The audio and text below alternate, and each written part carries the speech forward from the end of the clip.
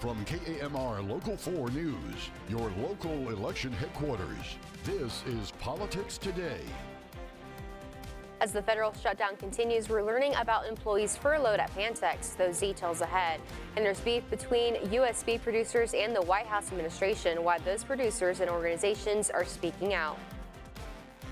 50 NNSA employees at Pantex have been furloughed. Thank you for joining us this morning. I'm Ari Farrell. Administration officials said Monday up to 1,400 NNSA employees could be furloughed. NNSA oversees the U.S. nuclear stockpile. Pantex's deterrent sent a statement saying they serve as the management and operating contractor for NNSA's Pantex plant. So no Pantex's employees have been furloughed. Beef prices staying high across the country, and a new debate is heating up over how to fix it. Last week, President Trump suggested importing beef from Argentina as a way to bring costs down for consumers struggling with high prices. Texas Agriculture Commissioner Sid Miller disagrees with Trump's plan. Miller said in a statement that the U.S. should not rely on foreign beef to fix supply issues. Instead, he wants to see more investment in domestic production by opening federal lands for grazing, offering tax incentives, and importing breeding stock to expand herds. Officials say Argentina currently supplies only about 2% of America's imported beef. The Texas and Southwestern Cattle Raisers Association responded saying, quote, current beef prices reflect a strong demand for beef, while low cattle supplies are contributing to high prices. Input costs for ranchers continue to increase at a rapid pace, keeping profit margins thin, end quote. Wednesday, they released a follow-up statement urging the pause on beef imports. They say, quote, while we appreciate the Trump administration's ongoing support for ranchers and landowners, we strongly oppose the proposal to increase beef imports from Argentina, end quote. The National Cattlemen's Beef Association also raising concerns. They said in part, quote, this plan only creates chaos at a critical time of the year for American cattle producers while doing nothing to lower grocery store prices. We call on President Trump and members of Congress to let the market work rather than intervening in ways that do nothing but harm rural America. In a post on Truth Social Wednesday, President Trump said ranchers needed to get their prices down and said the tariffs he enacted are the only reason they're doing well for the first time in decades. The USDA put out a plan to help cattle ranchers and will reopen 2,000 county offices to help farmers and ranchers get access to aid. This despite the government shutdown. Texas Ag Commissioner Sid Miller praised the plan, but said these are additional suggestions, not to rely on lower quality Argentinian beef imports. He wants the administration to reverse the agriculture trade deficit. He wants them to reopen and expand grazing access on federal and private lands and create a tax credit to rebuild the U.S. cattle herd, plus allow targeted imports of live Mexican cattle to stabilize the supply. Another price that's going up is grocery prices, and that's not good news as we're less than 5 weeks away from Thanksgiving. Adding to that, SNAP benefits for millions of families may not be paid in November due to the shutdown. And now families are looking to other resources to get food on the table. Politics Today's Princess Bryant explains. Thanksgiving is 5 weeks away, and grocery stores are working to bring out all the food needed to make Thanksgiving dinner. Walmart is one of the several grocery stores that offer a bundle deal for the holiday meal, giving everything you need.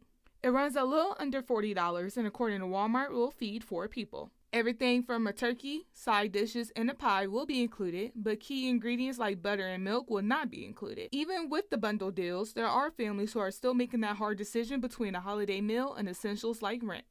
I think sometimes we take it for granted because a lot of us have that food on the table, but there are so many people out there that are struggling, especially right now with rising costs and just being able to afford just a basic meal. That Thanksgiving meal can cost a lot for somebody. Filipovic explains that the food bank works with agencies across their 29 counties to get the turkey and other items to make sure everyone can enjoy a Thanksgiving meal. They receive food from us, so they're always are able to order directly from us, and then we deliver for free. So they never pay a penny for transportation or delivery cost. He adds that the food bank has already seen more inquiries coming in, and to make the holidays happen for these families, they need the help of the community. This is when we invite the community to help us in this mission. So any dollar they donate to us goes back directly for us to purchase food that's needed and help throughout the year. This is our busiest time of the year when we're gearing up for Thanksgiving, all the holidays are coming up. In Amarillo, Princess Bryant, KMR Local 4 News. Princess, thank you. Locally, Faith City Mission and Salvation Army are just two organizations who will be providing Thanksgiving meals for those in need. When it comes to holiday bundles, United Supermarkets also offers a deal starting under $50, which include a turkey, rolls, dressing, and a pie. Restaurants have also been releasing deals that have offers. The Texas Secretary of State causing worry as early voting starts. The list of voters who may not be eligible to cast a ballot and why you shouldn't worry to cast yours. Plus, we'll hear about some of the 17 amendments that'll be on the ballot.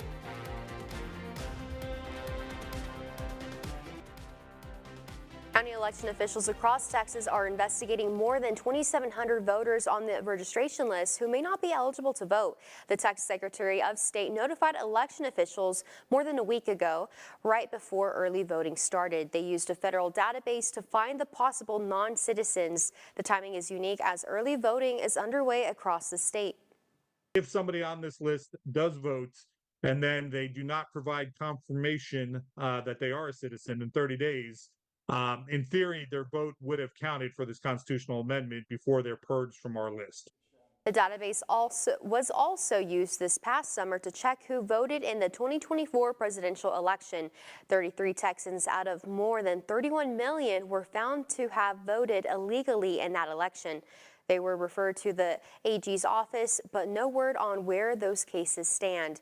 Here locally, several counties in the Texas Panhandle were flagged with potential non-citizens on voter polls. Politics Today's Blas Guerrero has more details on how local election officials are responding and what the review means for voters in our area. State officials say more than 2,000 potential non-citizens were flagged. Here in the Panhandle, multiple counties, including Potter and Randall counties, were included on that list. Election officials in both counties are now checking each name on their list. 9 non-citizen names within that file, and we also received a file for over 400 deceased. So we are currently working on both lists. Each person identified as a possible non-citizen is being mailed a notice asking them to confirm their citizenship status. They have 30 days to confirm citizenship status, and after that 30 days, if they don't confirm, they don't respond at all, then their registration will be canceled. Randall County officials were also notified of 5 potential non-citizens. Through our investigation, one of them was registered in error by a former staff member, so they were immediately canceled. That person actually checked no on their voter registration, and just through human error, they were registered. That person never cast a ballot. Election officials say this type of review isn't new, but is an important part of keeping local voters confident. Having clean voter rolls is always our goal. It is extremely important to all of us. Not only does it undermine the election process, it undermines voter confidence. And those of us that do this around the state work daily to ensure voter confidence. Both counties also received large lists of deceased voters from the state, more than 400 in Potter County and nearly 500 in Randall County. Officials say they are working to remove them from the voter rolls. Election officials reiterate that this isn't new, but an important part of the process. They're encouraging everyone to check their registration status before heading to the polls. Early voting for the November election continues across Texas, and voters have 17 propositions to vote for. Politics Today's Maya Clark has details on the propositions that address taxes, bail reform, parental rights, funding, and more.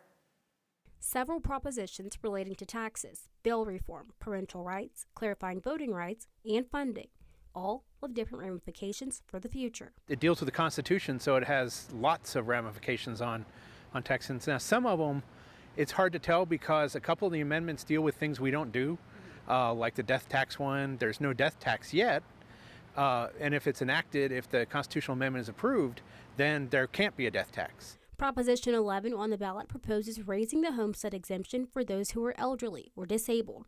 while Proposition 13 works to increase the homestead exemption for all Texas homeowners from $100,000 to $140,000. Roush shared if approved, these exemptions could directly impact school districts. The argument is, in some cases, well, the legislature will just replace those taxes with general fund revenues. Once again, when we look into the future, what if we don't have the general fund revenues to replace those? Now, all of a sudden, maybe we'll have to reduce police protection in your city because we don't have enough property tax revenue. So, and the same with school. The challenge is, of course, then if the school doesn't collect the taxes, then they can't use it to educate people. So you have to weigh that, both perspectives on that side. Also on the ballot is Proposition 3, which, if approved, would require the denial of bail under certain circumstances to persons accused of offenses punishable by a felony. Essentially what this does is it removes judicial discretion. So if you think the judges can't be trusted, then you'll vote yes. If you want to trust the judges, then you'll probably vote no. But it is interesting how we're trying to restrict, sort of box in judges. Maya Clark, Cameron Local 4 News.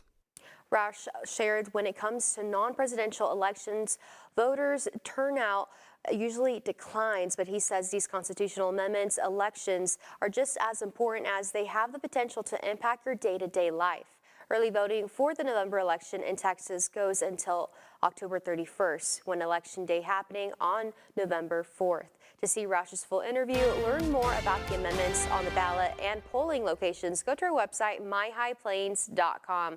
You can help honor the first responders in this area who have lost their life and gave their all in service to others. We'll tell you about the amazing project that is near the breaking ground point. Plus, we'll hear from a first responder on why this project is important to him. You can help build a place that honors all of the first responders who have lost their lives in the line of duty. The Texas Panhandle First Responders Memorial is gathering funds to break ground in downtown Amarillo. And officials say that the First Responders Memorial has already collected over $873,000. The organization is hoping to begin construction on National First Responders Day, which is October 28th. A big advocate for this project is Potter County Sheriff Brian Thomas. He's spent decades in law enforcement and is hoping that money is raised in time to break ground on this memorial by National First Responders Day. Politics Today's Andy Justice sat down with Sheriff Thomas to talk about this project. Take a look. Tell me kind of how this kind of came about. Well, this was a Wendy Swope thing. Yeah, I've known Wendy. We've been dear friends for a long time. As a matter of fact, I brought her into the studio and we talked a little bit about it. Her and I go way back when I was a Crime Stopper guy. She was one of my kids on our Crime Stoppers. She came over to the adult Crime Stoppers. Was she at Tascosa when you were? She was, yeah. And she's just, she is just a flat doll. And I consider her one of my daughters. Mess with Wendy and you got the sheriff coming after you, I promise you. I wouldn't mess with Wendy anyway because Wendy can hold her own. She could, and she could. But we just became, she was just so special. And I'll never forget, you go to this site for the law enforcement thing. I've got it up on the page right now that it just has. And I think when she showed me this, I was pretty shocked in that we have this many people that here's the start of the list, as you see there, and we just are going to scroll down, and we just keep going. These are all first responders, whether it's a constable or fireman. Just one from not too long ago, the Zeb Smith, the chief of the Fridge Fire Department. We have all of these, and inside these each one of these people have their own remarkable story about their service to our community. I know that Wendy shared with me probably one of the crazier stories that I've heard on there. And I think that's one of the things I love about this program is not only are you guys going to have their names, but you're collecting these stories. Yes. And what I love about it, now where Wendy got this notion, I have no idea. Of course, she's been through her trials too, and I was there for her when that happened, and it was devastating. You were there on day one. I do remember that. And it still brings tears to my eyes because we went out to that accident scene, and I'm talking about that. Yeah. And we were standing out there for 3 hours because we had the Dooms Highway shut down. We didn't have a clue. And somebody came up and told me who it was, And I mean, I jumped in my truck and I drove as fast as I could up to where the scene was, and they were just fixing to go back and make a notification to her. And so I said, well, I'm going with you. I said, y'all aren't going without me. So I went with them. We got there to her office, we knocked on the door, and she opened the door and she goes, no. She already knew where he was going. She'd already heard there was an accident, and she had been calling and knew that he wouldn't answer the phone. And I mean, talks about break your heart. I mean, it just absolutely crushed me. And I tell that story because the Friends of AJ Swope are the ones that started this first responder memorial as well. And there are so many people that have been responsible. You showed that list of names. I mean, they've done all that research. I had no idea that Valero had lost so many people in a big fire up there. And there's a bunch of them listed on there from up there in Sunray. Well, that's where that was. And the policemen we've lost. And there was another one. In fact, she just sent an email to the board yesterday, asking about, there was one from Perryton who they've requested to have their name added because they were exposed to COVID. And so we have another one that, died of COVID back in the day with all this stuff. And so I think what I love about this is if you have somebody that dies in law enforcement, there's a big memorial down in Austin. There's several of them. If you have a sheriff, they have a deal at the Sheriff's Association, but they also have one at the Capitol for the lost officers and stuff. But what I love about this is those people that are here from the Panhandle that serve the Panhandle. That's a long way to go. Yeah. So now we have the people that we want to honor, and now their families can come right down here to downtown Amarillo. The Herring Hotel is an icon in Amarillo history, and it may soon get some major upgrades. We'll hear from developers about their vision for the future of this building. A historic downtown landmark could soon be getting a multi-million-dollar transformation. Politics Today's Blas Guerrero has more on what the project could mean for the city's future. For nearly 50 years, the Herring Hotel has stood vacant in downtown Amarillo. Now developers are hoping to breathe a new life into the 100-year-old building with a $100 million restoration plan. Our thought processes, as we did with the Barfield, is to recreate that space in commemoration of Amarillo's history and past. As we plan on programming for this, we're going to convert it into a 4.5 to 5-star hotel. The City Council heard new details this week from developers for a boutique hotel featuring 226 rooms, 2 restaurants, and a rooftop bar. And this building has quite a bit of character-defining elements in the historic fabric that you're seeing. So part of our job is to make sure that we're satisfying the standards for rehabilitation and preserving the historically significant portions of this building. But what we like to do is a very intense survey to preserve what is left. The project would also restore the Tascosa room, add a pool deck, and create around 100 full-time jobs. Really took from considerations of, as a boutique hotel, you're really trying to tell the story of what Amarillo is. And so for the guests that come here, there might not be from this region. We want the opportunity for them to know it from our amenities and the opportunity to come here and experience what we know to be a fantastic, one of the best areas in the country to raise a family. Developers estimate nightly rates around $225 for the first year, positioning the hotel to compete with luxury properties in the area. Officials say demolishing the property could cost about $5 million, making restoration a more viable option.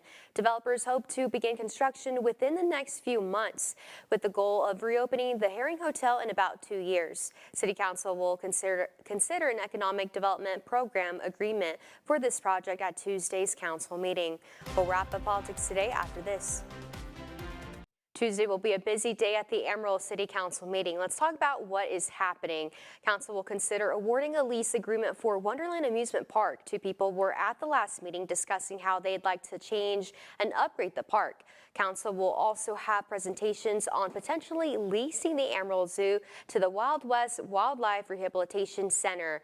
They'll also hear discussions about the Fermi America project and also have the second and final reading on the water contract with the city. And of course, you can go to our website, myhighplains.com, for more political related stories at the local, state, and national level. We'll see you back here next Sunday.